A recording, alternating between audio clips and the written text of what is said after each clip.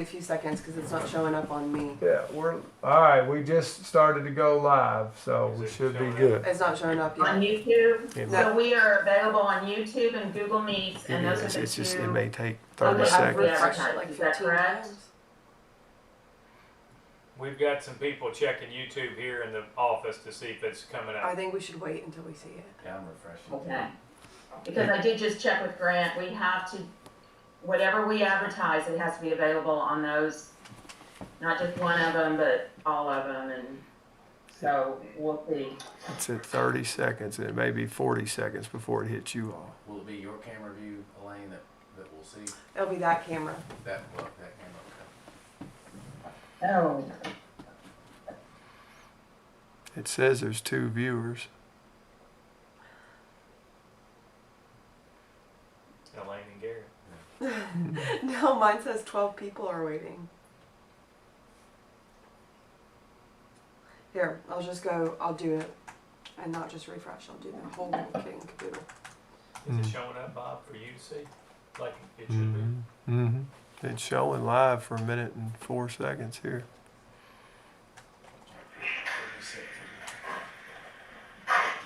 Not muted. Hi.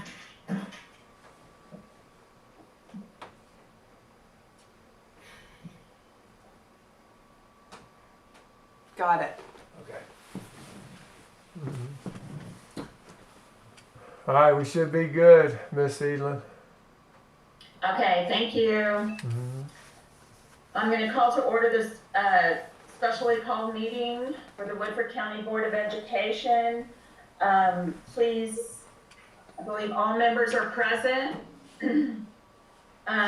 Before we start, I want to say that I know it is unusual for us to have a meeting at 9 o'clock in the morning, but members had conflicts during the evening this week, so this was the time we decided to have it. As always, it will be available to view on our website after the meeting, and of course, with virtual meetings, nobody was actually coming here anyway, so you could view if you had the time this morning to view it live. So, with that being said, going to the regular agenda,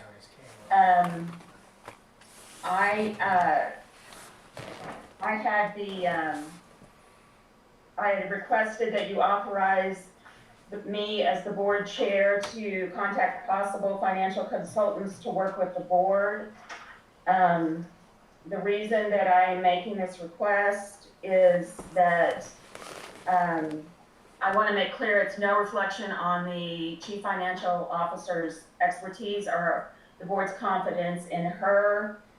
However, as a board, we have to have full and complete information to make decisions. And I believe a third party will help us gain confidence in that we have that information, that we can have all the pros and cons as we go forward with decisions we make, and then we can move together as a more cohesive unit.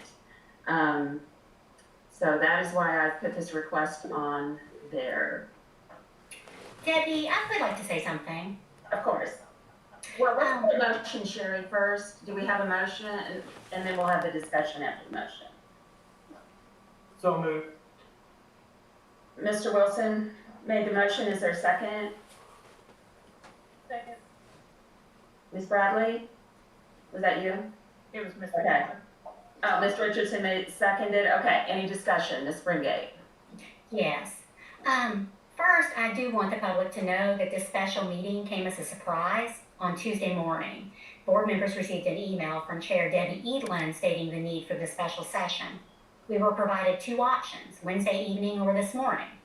I promptly responded to let the chair know that I would like to just have these items put on the Monday meeting. We already have a Monday meeting scheduled, and also that I would be available Wednesday night because I have a full-time job, so daytime hours can be difficult for me. Without inquiring further, the board received a notice stating the meeting would be held this morning at 9 a.m.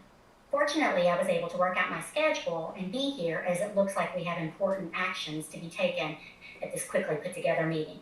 However, I do want to go on record as saying I do not feel this meeting was scheduled in an ethical or fair manner, and I hope that this type of last-minute scheduling does not happen again in the future. Secondly, I just want to address the cost of this meeting. Many times, many people think that the board is a voluntary position. This is not true. We make $150 per meeting. Our 2 agenda item meeting this morning is costing the taxpayers $750. Given that we have a regularly scheduled meeting on Monday, I cannot understand the rush to squeeze this meeting just 2 business days ahead of this already scheduled meeting. This is a question I hope we will answer for the taxpayers before we adjourn the meeting. And finally, the 2 agenda items on today's meeting speak to the level of dysfunction that currently exists on our board. We have been dealing with budget deficits caused by restricting general fund dollars for this high school for the past year. Our budget was due in May and didn't get submitted on time. Our superintendent and finance officer have provided the requested information on numerous occasions, and we have held multiple budget work sessions. And yet, here we are this morning, 2 days prior to approving a budget and addressing agenda items that have been on the agenda for 3 months, seeking to hire a financial consultant. For 12 years, the superintendent and board chair have had no issue putting together the agendas for our board meetings. And now the board chair is requesting authorization to consult with the board attorney about agenda items. This speaks to the level of dysfunction on this board. It's time for us to put aside our petty issues and realize that our community is hurting and needs our help and support. Our most pressing need is the reentry of our students and staff this fall. Without a doubt, our students are going to need additional supports and being out of school for 5 months. This has got to become our main focus. Holding special meetings to hire consultants and continuing to spend thousands of dollars on attorney fees speak to our misguided priorities as a board. As we take action this morning, my request is that we keep students at the forefront of our decision-making process. Any further discussion? Yes, I had some questions about the financial consultant. Let's see, just a second. I do want to, okay, does anybody else have anything to say before we go back around with Sherry? Is there any further discussion? I'm sorry, did you want to address Ms. Frangate's concerns, or are we going on? Well, why don't we let everybody speak and then we'll go back around, okay? Try to get everybody a chance. Okay. I do have some thoughts on this. The following is from the state auditor's recommendations relating to direct communication between board members and the district's finance or budget staff. And one of those recommendations, it says, we recommend that the board develop and distribute to all staff a policy detailing the process for district staff to submit concerns to the board related to questionable activities or those impacting the district, including actions of the superintendent. This policy should allow for board employees to report issues to the board in a manner that will not jeopardize their employment. This is just one of the guidelines, and I want to stress that the vast majority of their guidelines are adhered to in Woodford County, but we don't have a policy as described. Recently, I received a call from a knowledgeable district employee sharing information about a different scenario for funding options on the BG1 for the high school project. It was nothing that we had been told about in public meetings, even when we had specifically asked for alternate scenarios. The fact that this person didn't feel able to share that information publicly is troublesome to me. The combination of the recent question submitted to the board questioning the legitimacy of the ongoing restriction of funds resolution for $600,000 and the acknowledgement from the superintendent that it appears the resolution was a one-time restriction gives me great pause. We've discussed this restriction at nearly every meeting since I've been on the board without ever mentioning that its intent was to be a one-time restriction. We've been implored to rescind the resolution on multiple occasions, and it's been requested as an agenda item multiple times, and at no point did anyone ever mention that the extension was probably not even needed as it wasn't ongoing. The board has been accused of being uninformed and reckless regarding school finance for the last year. All of this information together begs the question of who is uninformed. Good decisions cannot come from incomplete information.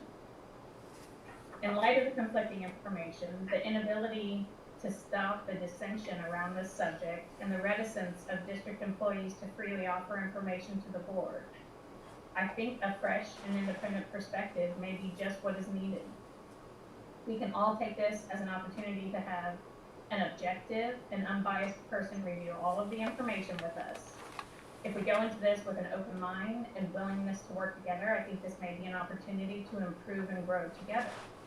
The only pitfall I can see is if it comes with a large cost. I would welcome more information on the costs and the potential benefits of having a financial consultant provide an objective assessment. Ms. Richardson or Mr. Wilson, do you have anything you want to add to the discussion? No, thank you. No? Okay. I did just want to say, Debbie, that I did bring up that the restriction was for 1 year only in an open meeting, and Marty Cleveland also came and spoke to the board. That was recorded, so you can go back and look at that. That was intended for a 1 year restriction. So I do have some questions about the financial consultant also, and cost is a concern, obviously. But I guess my first question is, can you fully explain this agenda item and its purpose? I think that it has been explained by Ms. Bradley and myself. I think that clearly have reached some kind of impasse. We need to have all the information. For instance, the only recommendation we've been given is to rescind the BG1. We've heard from KDE and our lawyer that doesn't make sense. So,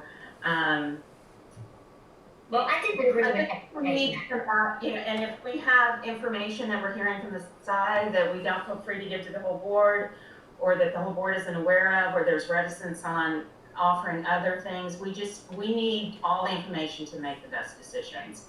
And I think that's a decision, perhaps a third party can help us come together, get the information we need, sit down and decide what path forward in light of COVID. I will say that I think we need to talk about what it specifically means for you to contact a financial consultant. We need to know what that means, what specifically are you going to be asking them? What do you want to know? What is the cost? Well, obviously the cost for me to contact them will be my time. I'm not right now asking the board to authorize a contract or do anything like that. I think the cost will be known once we do some information gathering, and then that would come back at another meeting to look at it. What I would be asking for or asking them is if they, clearly what do they know about school finance? What do they know about construction BG1s? Would they be willing, or do they perform the service of coming in and looking at the finances of a board and giving another opinion, and also advising us on some of these issues we have to go forward. So basically it would be a fact-finding mission on my part. Again, the only cost is going to be my time. I would ask the superintendent, Ms. Smith, or other people, I'll call KSBA to get to recommendations for a few people to contact. And then I could bring that back to the board and they could decide if they want to go forward with it. But I didn't want to do that without first sharing that desire with you and that request. So we'll vote on it today. If you don't even want the information, then that's fine. I won't go forward with it. Well, I just had a question about what information you're asking them. I want to know what you specifically want to know, what your purpose is in consulting them. And then I also, wanted to know, have you talked with other board members about this agenda item prior to the meeting? It sounds like at least you and Danny have. Right. I sent a memo today where that was, yes, I have talked to Danny about it. But I haven't talked to anybody else about it. I talked to, no, I haven't. I think that the others probably heard about it with this agenda item today. Okay. And Danny, have you spoken with other board members about this agenda item or the consultant? Only on email regarding scheduling. Okay. And when did the idea of consulting and contacting an outside consultant come to you, Debbie? I think probably, I missed the 18th meeting. It was without, as Danny alluded to, we had received a call from a staff member. I tried to question the night of May 11th about what that staff member had said, and I was rebuffed. So, and told I was being unfair. And at that point, I think I realized we do need to get someone else in here. We don't want our staff to be put in awkward positions, but we do need to have all the information. Okay.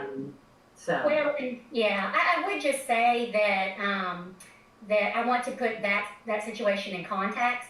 So what happened at that meeting, and it's recorded, anybody can go back and look at it, is that Mr. Hawkins and Ms. Smith have been providing financial information about the new high school to the board for well over a year.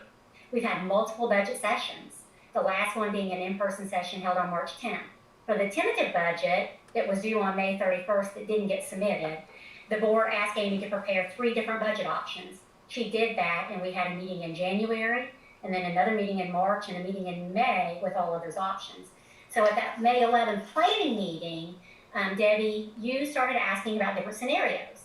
What if this happened? What if that happened? I now understand that you were doing that because you and Danny had some private conversations or secret conversations with some staff member that we don't know about. And so now I understand why you did that.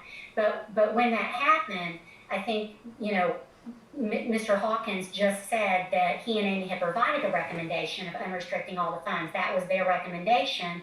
And that if the board wanted to go in another direction, that we could. That was our prerogative. And then he also followed up to say that if you had questions, specific questions about options, if you would email those, then he would let you know what the impact to the budget would be. So then at the May 18th meeting, Ms. Richardson asked about these options, and Mr. Hawkins said that you had not emailed him with the follow-up questions or with those actual questions. So really, to say otherwise is just not factual. You know, there are videos of in the May 18th meeting.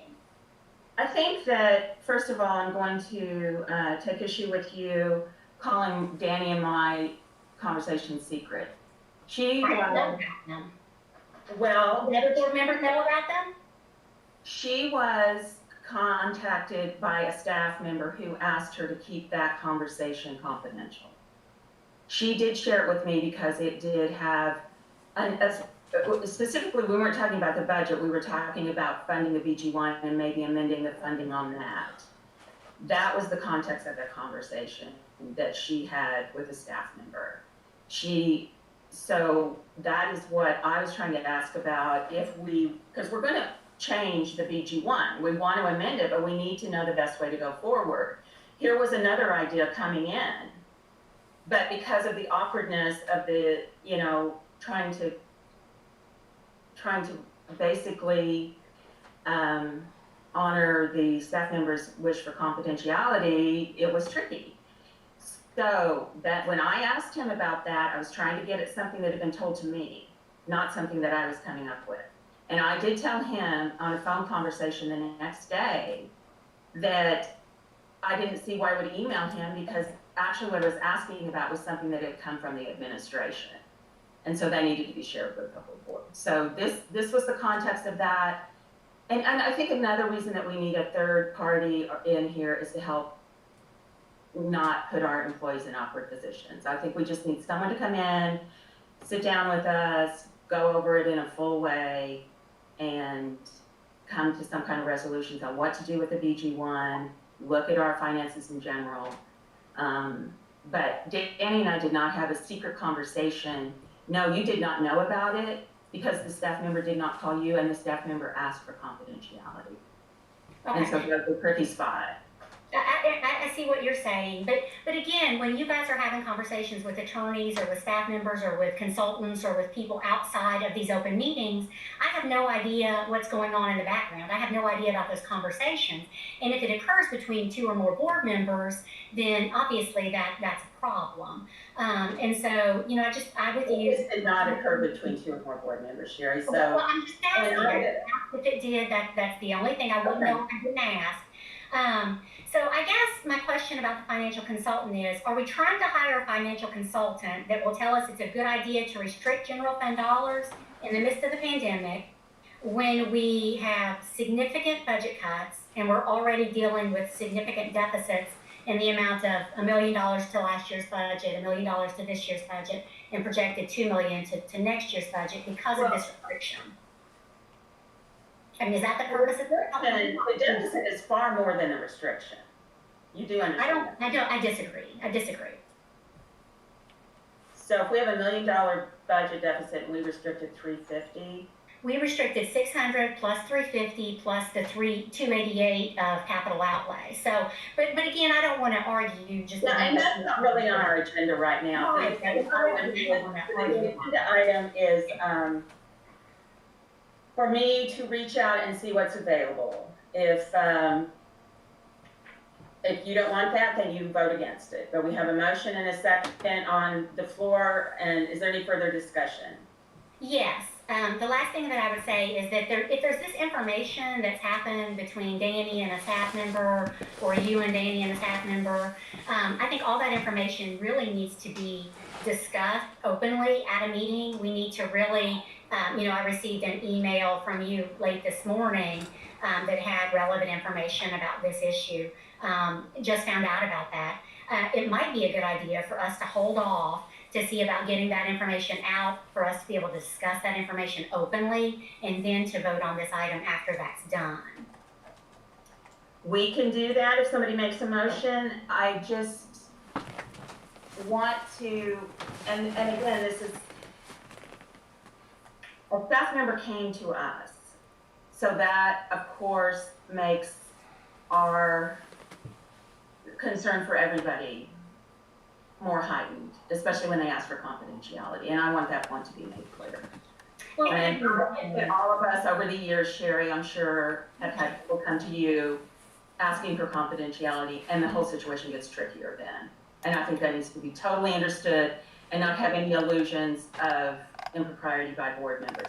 We're cognizant of our staff's feelings as well, and we Well, and I think totally respect. So the Go other ahead. thing that bears mentioning is that this is not authorizing you to hire a Right. finance consultant. It's just gathering information to bring back and say, here's what they state are the potential benefits that they have shown to other school districts, and here are the costs associated with it. It may be cost prohibitive, but I don't know that it's wrong to at least take a look and see.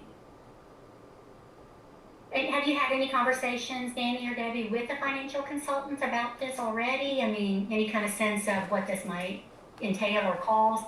We have no idea I have no what idea. or except basically it. No, and I will comfortable. I knew what you would. I mean, I haven't contacted anybody. I'm doing this first. Yeah, I'm really comfortable. If I knew what you were asking, though. I guess is my point. Right. I think that what I would like is somebody to help us understand all the consequences of the BG one. Like I said, we've been given one option, rescind it, then we've heard that's not a great idea. So that makes me leery. So some guidance going forward with that, looking at our budget, looking at our expenses, and just maybe helping us sit down and get all the information out in front so that we don't have people calling, right before we're trying to make these decisions, that we can all be confident and comfortable getting all the pros and cons of everything out, because we have to have all the information. Well, I would just say that if you do end up communicating with a financial consultant, that I would like to be part of that conversation and information, because I also have some questions too. Okay, I'll try to do that. I have to generate a list. I'm looking for anybody to give me any ideas. I'll call KSBA after this meeting, depending on the vote. Any further discussion? We have a motion and a second on the floor. All in favor say aye. Aye. All opposed? No. So 4-1, is that right? Motion passes 4-1. All right, the second item, let me be clear on what this is. Let me find my agenda.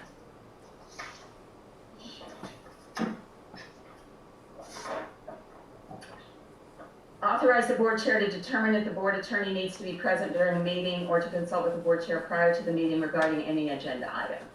I understand that this is confusing, so let me be clear on what I am requesting. Because of Ms. Spraybake's concerns about Mr. Chenoweth attending meetings, among other things, I wanted a motion, I wanted the board to authorize that we have an attorney at every meeting. When I told Grant that I was putting this on the agenda, he said that I should also put in there some kind of language that I have the discretion, or we have the discretion of whether he should come to every meeting, because there may be meetings where he's not needed, or there's not a lot that would involve him. So instead of making it a flat motion that he attends every meeting, which sounds like he has to, that it would give me some discretion. I don't in any way anticipate, basically, and maybe the motion that should be made is that the board authorizes the attorney to attend any meeting that either the chair or another member requests he attend, without concern. I know, Ms. Springate, you've expressed your concern before. That's not what's before us right now. But it in no way means that only I will talk to him about an agenda item, or that only I can decide if he should be there. But basically what I want today, or what I'm asking for, is that the board is authorizing him to come to any meeting, to any and all meetings. And I think in our current situation, probably more meetings than less. But that's all, is to protect him from, and to let him know that that expense has been authorized by the board for him to attend meetings.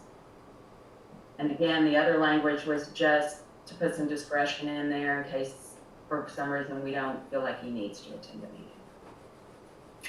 Well, I guess my concern with this obviously is just the cost. Just, you hate to have a board attorney present for all meetings or for any meetings. It's just an expense. And then the other thing is, I would like for all communication with the board to be shared with all board members. Or with the attorney. I feel like the attorney is the attorney for the entire board. And for instance, today we received communication where one or more board members had been in contact with one of the attorneys, and we received something regarding that. And I had no idea that was even going on. And here we are, an hour or so later voting at meetings about these things. I just don't feel like that's competent. I don't feel like that is fair. So I'm asking that any communication between any board member and the attorney be CC'd to all board members. That any communication, that any meetings, that everyone be included and have full information. Because essentially, Okay, the agenda item, and we are on a strict special meeting agenda item. We have voted on that attorney protocol before, it failed. This is not the attorney protocol. What I'm talking about is the agenda item that's before us. The attorney should not be consulted by individual board members and receive individual information to and from different people. We can't all five call him about the same thing and nobody know what's going on. So as part of this, the board attorney should be communicating with the full board, not just one or two members at a time. And so I guess I would ask that this motion include that the board attorney be required, board attorney, since we have two, be required, and I really am going to insist to be included in each communication with the board attorney and board members.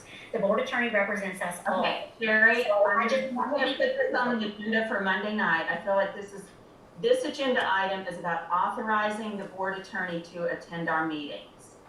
Through communication with board members individually is what you just said. You said each member would contact him or the chair would contact him. And we would all just kind of figure out if we wanted him there or not. And what I'm saying is that anybody who contacts the board attorney, that the communication should be shared with all board members, because he's the attorney for the full board, not the chair and not one board member. That's all I'm saying. Ms. Eaglin, I have a question. Yes, please. I'd like to know if Ms. Springate has contacted either board attorney at any time that she didn't share that information with the rest of the board. Have you, Ms. Springate? If that's not our agenda item, but in fact, I have only contacted the board attorney to see if you or other board members have contacted the board attorney. I mean, and again, I emailed Debbie and requested permission to do that. Debbie gave me permission to contact the attorneys to see if they've been contacted. But I can't call the board attorneys every week and say, have one of these 5 people contacted you? I feel like that's a waste of their time and a waste of my time. What would be easier is if all board members, when contacting the attorney, just include everyone in that Okay, meeting. we'll put this on the agenda for Monday night. Go ahead, Allison, I'm sorry. I said that I haven't contacted any of them, but I'm sure that Ms. Springate has. We're still waiting on the information that I asked about her lengthy conversation with Mr. Salisbury back a few months ago. Debbie, that's completely untrue. I contacted Mr. Salisbury on one occasion to ask if he had been contacted by other board members. It wasn't lengthy. I emailed you that request, and I have just repeatedly said that the conversation was to see if board members had contacted him. He All gave me right, a list I'm of gonna the bring this back to the agenda item. This is the motion that I would like to make or have somebody make. Authorize the board attorney, Kenworth Law Office, to attend any and all board meetings unless at the discretion, and I know you don't want it to be me, but unless, I mean, Grant wanted some discretionary language in there so that we had a reason to not have him. So the motion would be, but I'm just right now gonna make it authorize the board chair, authorize the board attorney, Chenoweth Law Office, to attend all board meetings. So moved. Miss Evelyn, There's that, I think we've had a motion and, no, I'm afraid we didn't, we got into discussion. Miss So- Evelyn, I don't know that you, with this being a special meeting, I don't know that you can amend the agenda item. I think you have to make a determination on I the wish agenda Joshua, I item. wish Grant was here, because here's the thing about this expense, and I wanna say this too. We've had a lot of expenses after the fact. We need to understand what open meetings are. We need to understand what we can and cannot do. We also need to understand what is not an open meeting violation, so that we don't spend a lot of money on the back end. So, because I would like Grant at our meeting Monday night, and that's why I would like this to be resolved today, which was one of the reasons to have this today. Ms. Evelyn, what does the original motion for the agenda say? The agenda says authorize the board chair to determine if the board attorney needs to be present during the meeting or to consult with the board chair prior to the meeting regarding any agenda item. This was something from Grant. I understand that it is confusing and may not be as clear as what I'm actually asking for, which is that we don't, that we authorize them to be at every meeting so that, they're not, I don't know, just for respect for them and that the whole board has made that decision. Debbie, I think it's clear enough. To me, it's clear as day what it says. You can authorize or not authorize them to come. Why can't we just vote on it? There has to be, the discussion is really, I don't think that anything needs to be amended. Ms. Evelyn, I removed my motion on the earlier motion, and I moved to accept the agenda item motion. Is there a second? I think that, Go ahead. I'm sorry, Allison seconded. Yes, you get that? Okay. And I think too that the Chenoweths have said multiple times that their practice has always been to communicate with the chair and the vice chair on these kind of matters. And I think this is how you did it for years, Ambrose, was in your role as chair, you consulted an attorney and asked them to come if you felt like there was something on the agenda that indicated that. Is that true? I would do that, but I think this is, if you look at the other 172 school districts in the Commonwealth, the vast majority have their board attorney at every meeting, whether regular, planning, or special. And I think that's just good practice. And I would agree with Mr. Wilson. I think that there have been enough questions, including right now, that, to be stitch in time saves nine, right? And we've had a lot of valid and invalid things said after the fact. It would be better to gain our confidence, to gain the confidence of the public, if we have an attorney here and is advising us as we go along and not looking back months in the past. So we have a motion on the floor. Is there a second? Allison already seconded. Allison seconded it. I'm sorry, I'm losing track. Okay, all in favor say aye. Aye. All opposed? Nay. 41. Madam Chairperson, I move we adjourn. Well, I had one more thing before we adjourn, about the first agenda item. Is there any way that we can get Amy to share whatever information it was that was shared financially, or whoever shared the information that didn't get asked, or whatever the problem You would was? need to, I have it, but I'm not sure that it's as clear as it was relayed to me, so I think the best thing for you to do is to ask the superintendent to share that with him, since it came from his staff. Because I think it'll be laid out clearer that way than if I tried to tell it to you, okay? I want to make sure that we have all that information before we vote on I it. absolutely agree with you, Sherry. I absolutely agree. And I just, and that was part of my point on May 11th, that would get out before the whole board while still trying to accommodate the feelings of staff.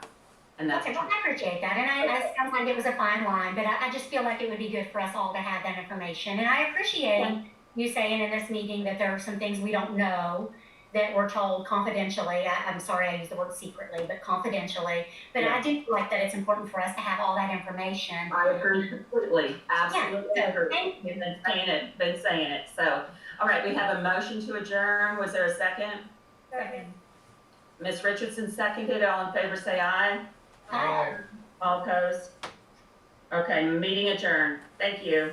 Thank you.